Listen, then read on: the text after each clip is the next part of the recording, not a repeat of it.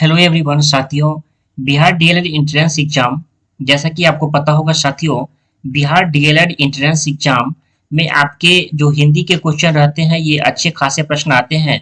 तो इसका हम देखेंगे कि आखिर हिंदी से जो हमारा टॉपिक जो है ये सिलेक्टेड टॉपिक कौन कौन से हैं। साथ ही साथ आपको बता दूं कि यहाँ हिंदी में आपके जो अगर आप चाहते हैं कि अच्छे नंबर लाए तो एक एक करके हमारा व्याकरण का जो पोर्शन है उसको आपको अच्छे से पढ़ना होगा।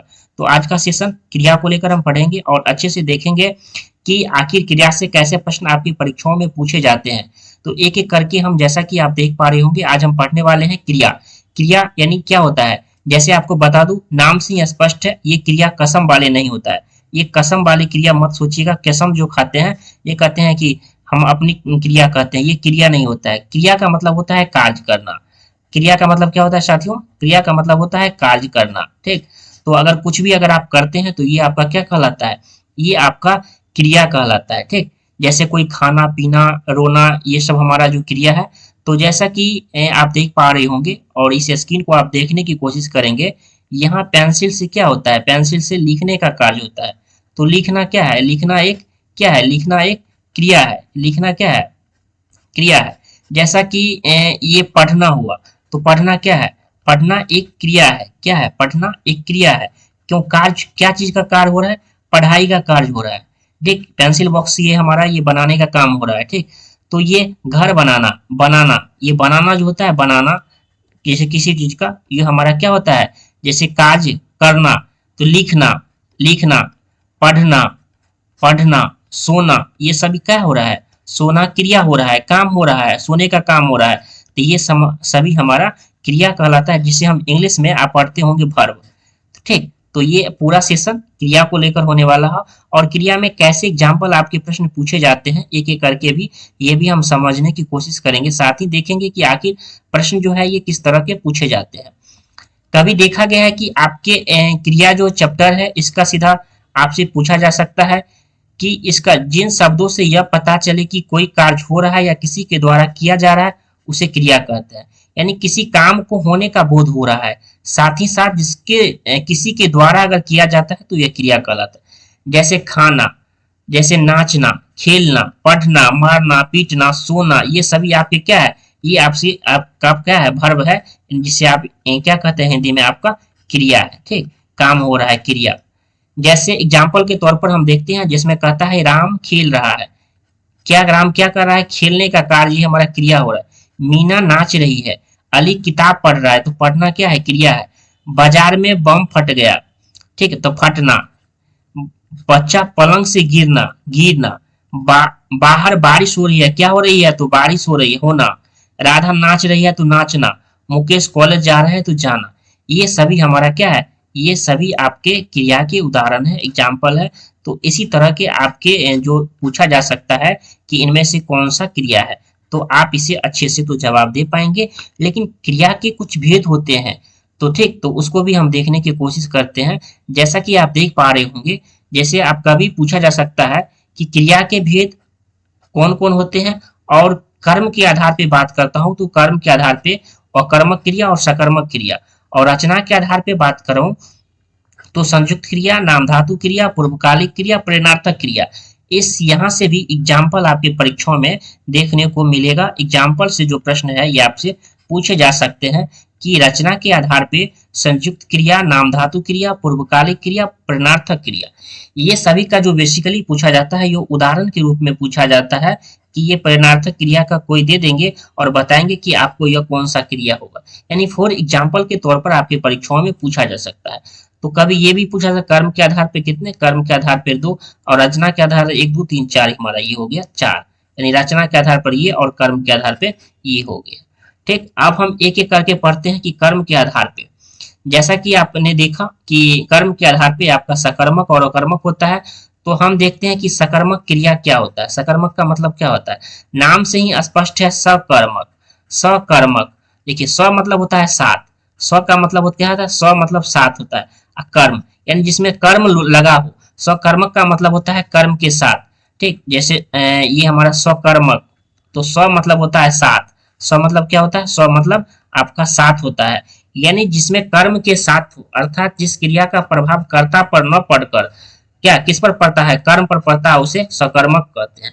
तो अभी ये पूछा जा सकता है कि जिस क्रिया का प्रभाव कर्ता पर न पड़कर कर्म पर पड़ता है उसे क्या कहते हैं, उसे आपका क्या कहते हैं, उसे आपका सकर्मक कहते हैं। ये प्रश्न पूछा गया है आपकी परीक्षाओं में।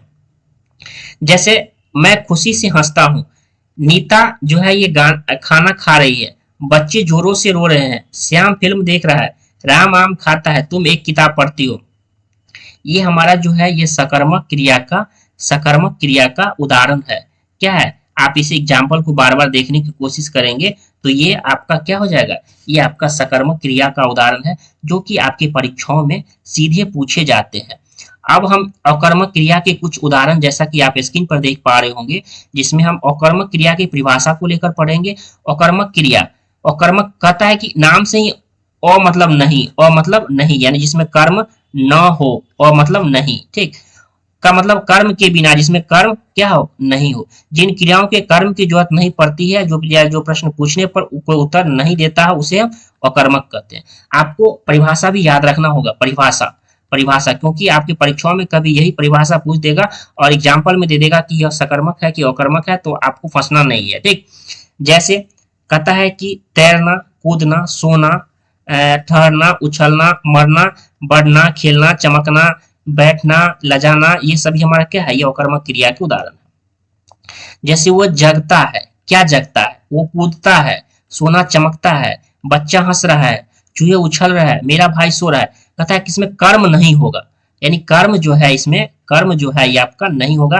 कर्म किसमें रहता है, कर्म रहता है स्वकर्मक, नाम से ही है क्या, जिसमें कर्म साथ हो। तो ये अकर्मक की बात हो रही है जिसमें मतलब कर्म नहीं होता है। अब आपका अगला है संयुक्त क्रिया। नाम से ही स्पष्ट है संयुक्त जोड़ने की बात हो रही है। जो क्रियाएं दो या दो से अधिक धातुओं से मिलकर बनी होती है उसे संयुक्त क्रिया कहती है। जैसे मैंने खाना खा लिया, खाना खा लिया, तुम घर चले जाओ, मीरा स्कूल चली गई, वो खाना खा चुका है, मीरा जो है ये महाभारत पढ़ने लगी, प्रियंका ने दूध पी ली है, मोहन नाचने लगा और राम जो है ये विद्यालय से लौट आया।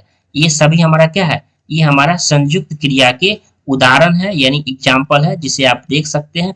एग्जाम्पल क्या है हमारा, ये एग्जाम्पल है आपका, ये क्या हो गया, ये आपका उदाहरण है क्या, संयुक्त क्रिया को लेकर, जिसे आप एक बार देख सकते हैं। अब आपका आता है नाम धातु क्रिया। नाम धातु क्रिया भी आपकी परीक्षाओं में पूछा जाता है। सबसे ज्यादा मैं लास्ट में बात करूंगा कि प्रेरणार्थक क्रिया, जो मैं आपको समझाऊंगा सबसे ज्यादा वही से पूछे जाता है। क्रिया को छोड़कर संज्ञा, सर्वनाम तथा विशेषण से मिलकर बने संयुक्त क्रिया को नाम धातु क्रिया कहते हैं, ठीक।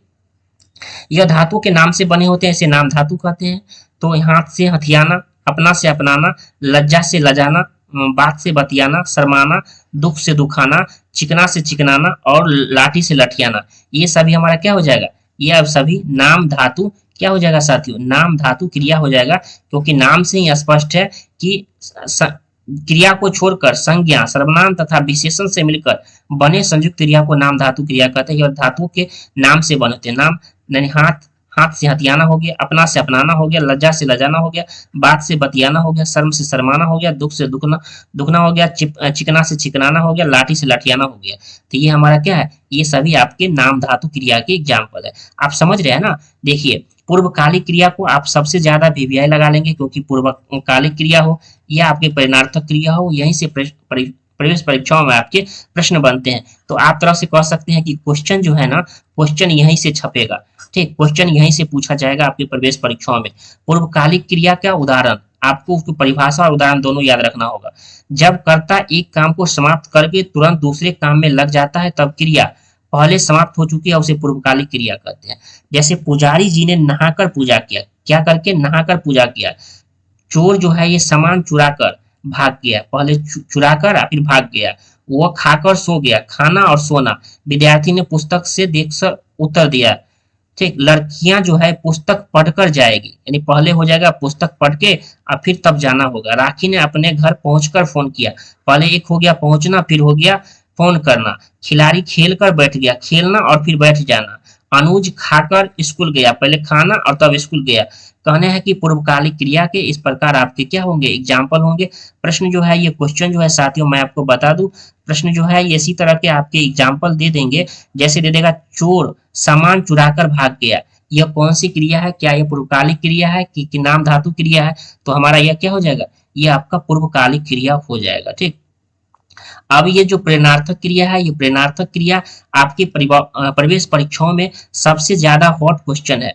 हॉट क्वेश्चन की बात करता हूं तो हॉट क्वेश्चन आपके प्रवेश परीक्षाओं में यही क्वेश्चन है, वीवीआई आप लगा सकते हैं, हॉट क्वेश्चन आपके प्रवेश परीक्षाओं में यही रहने वाले हैं। और मैं ऐसा मानता हूं कि इस बार भी आपके प्रवेश परीक्षाओं में यह क्वेश्चन जरूर बनेंगे कि प्रेरणार्थक क्रिया। ठीक, तो प्रेरणार्थक क्रिया को आपको कभी नहीं भूलना है, इसको मैं कितना बार वीवीआई लिखूं वो कम हो जाएगा। कहता है जिस क्रियाओं के प्रयोग से यह पता चलता है कि कर्ता खुद स्वयं कार्य न करके किसी और के साथ कार्य करवा रहा है। कहने का मतलब होता है इसमें खुद काम न करके किसी और से करवाना होता है, उसे प्रेरणार्थक क्रिया कहलाता है। जैसे करवाना, कटवाना, पिलवाना, पढ़वाना, लिखवाना, सुनाना या बोलवाना, या हमारा कहते हैं पिलवाता है या पिलवाती है। मालिक नौकर से कार साफ करवाती है। मतलब कहने का मतलब है मालिक जो है ये खुद काम न कर किससे करवाती है, नौकर से करवाती है। तो जो काम खुद न कहकर कर कर दूसरे से करवाती है उसे प्रेरणार्थक। अध्यापक बच्चों से पाठ पढ़वाती है, अध्यापक खुद नहीं पढ़ती है, बच्चों से पाठ पढ़वाती है। मैंने राधा से पत्र लिखवाया, मैंने खुद नहीं लिखा, किससे लिखवाया, राधा से लिखवाया। तुमने माली से सिंचाई करवाई, यानी खुद नहीं करके माली से सिंचाई। राधा से कृष्ण ने बांसुरी बजवाया, राधा ने खुद नहीं बजाया और कृष्ण से बजवाया।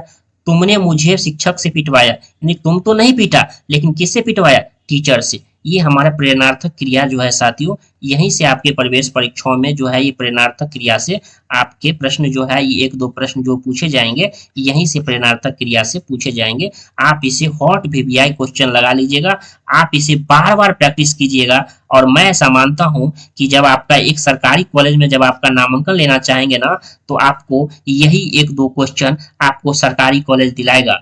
तो एक बात और बता देना चाहता हूं साथियों, जो लोग हमारे साथ, यानी आप चाह रहे हैं कि बिहार डीएलएड एंट्रेंस एग्जाम की तैयारी करें, तो जो लोग तैयारी करना चाहते हैं, बिहार डीएलएड एंट्रेंस एग्जाम की नोट्स लेना चाहते हैं, बिहार डीएलएड का संपूर्ण नोट्स लेना चाहते हैं, तो मैं आपको बता दूं कि आपका ऑफर चल रहा है 249 में कंप्लीट नोट्स, जो कि कंप्लीट नोट्स ऑल सब्जेक्ट का है। जो लोग लेना चाहते हैं नीचे डिस्क्रिप्शन में लिंक दिया गया है, आप इसे ज्वाइन कर सकते हैं। ठीक, धन्यवाद।